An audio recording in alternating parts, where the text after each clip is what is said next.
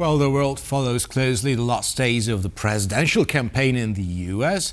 Another vote has taken place in a distant corner of Europe. Moldovans rushed to polling stations on Sunday, that's today, to choose the new president and determine the future of the country. And to discuss the second round of Moldovan presidential elections, we're joined by a Moldovan herself, Anastasia Pociumban, a project manager at the German Council on Foreign Relations. Good evening.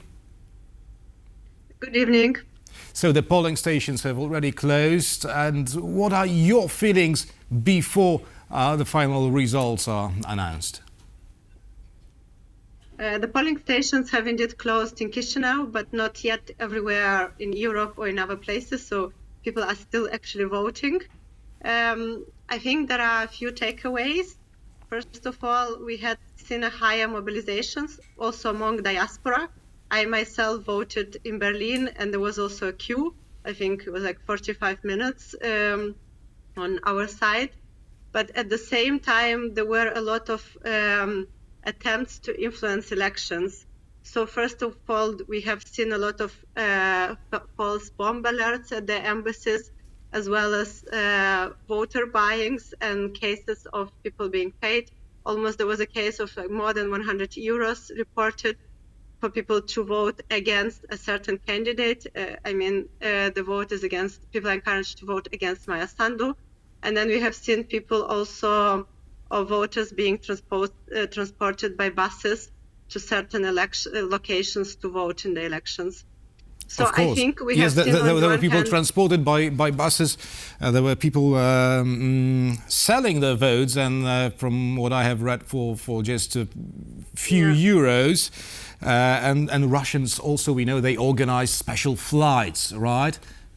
Special flights to for Moldovans living abroad to facilitate their voting. Now, you said you voted abroad, but I'm wondering how is the Moldovan diaspora voting en masse? Is it rather are there rather people voting for Stoianoglu, those backed by Russia and their planes, or rather more Moldovans living abroad would vote for Maia Sandu to continue her pro-European path? I mean, look, it depends on the location as well, but the diaspora was the one that made the tilt and the difference in the referendum. So the diaspora overall votes more for Maia Sandu, I would say. That was also the case in the previous elections.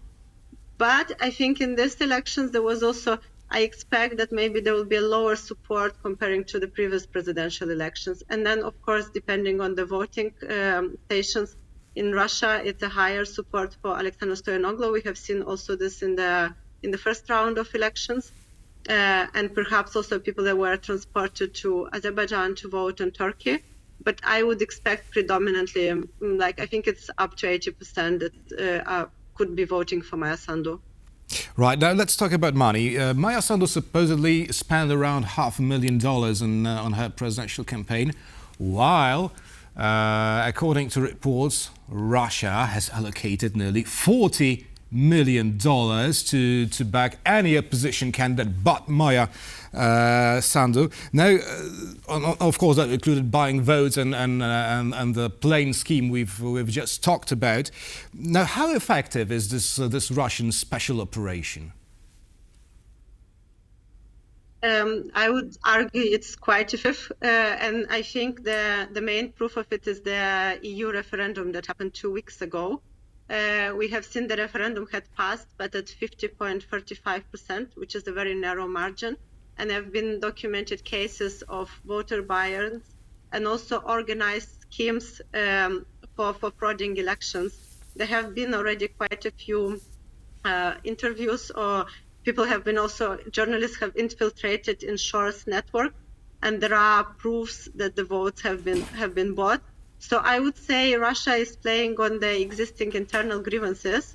So it's not just about buying the votes, it's also about further influencing polarization in the country, and especially working with people who are socially vulnerable. Mm-hmm. Now, officially, Alexander Stoyanoglu wants to somehow balance between the EU and Russia. Now, but given the fact that he has already received a Russian backing, is this even realistic scenario for Moldova? I think he actually is an interesting candidate in the sense that he has not been actively pro-Russian, but he is supported by Dodon, the former president, who is pro-Russian, and he has officially said that he did not vote in favor of the referendum because he, for the campaign, was not organized correctly, that the referendum should have not been linked with the presidential elections.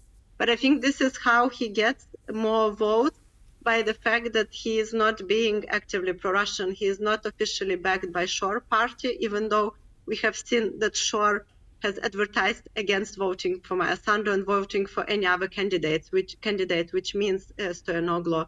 So I think he's trying to play this game, but also the debates last week between Maia Sandu and Stoyanoglu, then his arguments were not so credible. Also, especially the fact that he already has a Romanian passport, so he himself is an EU citizen, and he has not voted at the referendum. So I find like this coherence is a bit maybe questionable, but at the same time, he's seen by some people as being more neutral. Mm-hmm. Lastly, about Maia Sandu, now her reforms, pro-European reforms, are not very popular amongst Moldovans. So will she be able to keep the country on its pro-European route, path, whatever you call it, if she indeed wins the second round of the presidential election? Or should we rather expect a massive shift in the parliament, which would ultimately hamper Moldova's European ambitions? It is indeed a very challenging period that awaits Moldova. So on the one hand, Maia Sandu has promised to make some changes in the cabinet of ministers following this presidential elections. But I think we can't expect that PAS will win a majority in the next parliamentary election. So it will be very hard a lot has to be done by the party to regain this credibility in terms of the reform processes. On the other hand, when Moldova was progressing with the EU accession, it was also on the background of the full-scale Russia's war in Ukraine that's ongoing, and the constant attacks against Moldova on the hybrid level from Russian proxies. So Moldova has also faced an economic crisis and an energy crisis.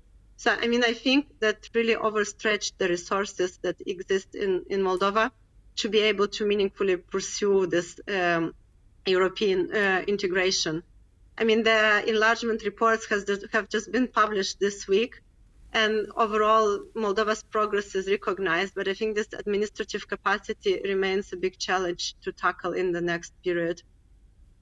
Anastasia Pociumban, project manager and the German Council on Foreign Relations, and of course, expert on Moldova, was our guest this evening. Thank you so much. Thank you. And thank you for watching. That is all for now, and stay with us for much more here on TVP World.